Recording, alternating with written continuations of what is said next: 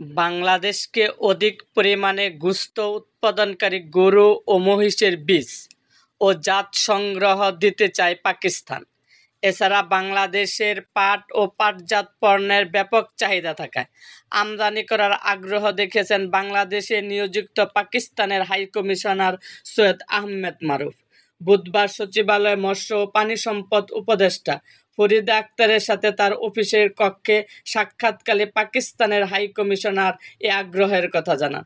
High commissioner বলেন, বাংলাদেশ পাকিস্তান থেকে অধিক পরিমাণ গোশত উৎপাদনকারী গরু ও মহিষের বীজ ও জাত সংগ্রহ করতে পারে। উপদেষ্টা ফরিদা আক্তার হাইকমিশনকে স্বাগত জানিয়ে বলেন, চলমান সংস্কারের অংশ হিসাবে মৎস্য ও পানি সম্পদ মন্ত্রণালয় বিভিন্ন খাতে নানারূপ কার্যক্রম চালিয়ে যাচ্ছেন। সাক্ষাৎকালে দুদেশের স্বার্থ সংশ্লিষ্ট বিষয় নিয়ে আলোচনা করা হয়।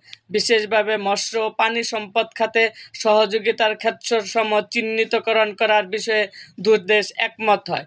পাকিস্তানের হাইকমিশনার বাংলাদেশ থেকে মৎস্য সেক্টরের গবেষণা ও সম্প্রসারণ কার্যক্রমের বিশেষ সহযোগিতা পাওয়ার বিষয়ে আগ্রহ প্রকাশ করে দুদেশ নিরাপদ মাছ, গোশত ও কৃষিজাত পণ্য উৎপাদনের বিষয়ে পরস্পরকে সহযোগিতা করা বিষয়ে একমত হয়। পাট ও পাটজাত পণ্য পাকিস্তানে ব্যাপক চাহিদা থাকায় এটি পাকিস্তানে আমদানি করার বিষয়ে পাকিস্তানের হাইকমিশনার আগ্রহ ব্যক্ত করেন। বৈঠকে বাংলাদেশের পক্ষে মৎস্য ও পানি সম্পদ মন্ত্রণালয়ের সচিব সাইদ মাহমুদ বেলাল হায়দার, অতিরিক্ত সচিব মোহাম্মদ আব্দুল কাইয়ুম, অতিরিক্ত সচিব ATM মুস্তফা কামাল এবং পাকিস্তানের দূতাবাসের কাউন্সিলর কামরান ডাঙ্গাল, কমার্শিয়াল এন্টেস জিয়ান আজিজ প্রমুখ উপস্থিত ছিলেন।